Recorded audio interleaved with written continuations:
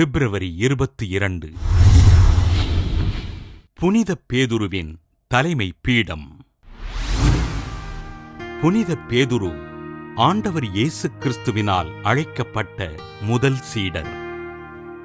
ஆண்டவர் இயேசுவினால் திருச்சபையின் முதல் திருத்தந்தையாக தேர்ந்தெடுக்கப்பட்டு மக்களை வழிநடத்தினார். புனித மகதலா மரியா ஆண்டவர் இயேசுவினை கல்லறையில் காணவில்லை என்று சீடர்களிடம் சொன்னபோது பேதுரு கல்லறையினுள் முதலில் இறங்கினார்.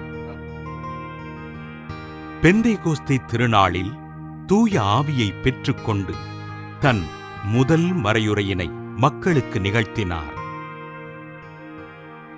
மக்களுக்கு நற்செய்தியினை அறிவித்து நோயாளிகளையும் உடல் ஊனமுற்றோரையும் குணப்படுத்தினார்.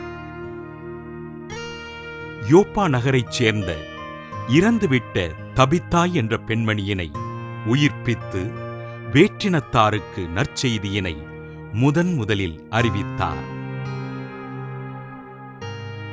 ஆண்டவர் இயேசு தாம் செய்த அனைத்து விதமான நற்செய்திகளின் பரிமாணங்களையும் பேதுரு வழியாக மீண்டும் செயல்படுத்தினார். திருச்சபை திருத்தூதர்களின் மேல் கட்டப்பட்டுள்ளது என்பதையும் திருச்சபையின் ஒற்றுமை அடையாளத்தை கொண்டாடவும் 4ஆம் நூற்றாண்டு முதல் பேதுருவின் தலைமை பீட திருவிழா கொண்டாடப்படுகின்றது. இன்று நம்மை வழிநடத்தும் திருத்தந்தை மற்றும் ஆயர்களும் பேதுருவின் வழித்தோன்றல்கள் என்ற சிறப்பை பெறுகின்றனர்.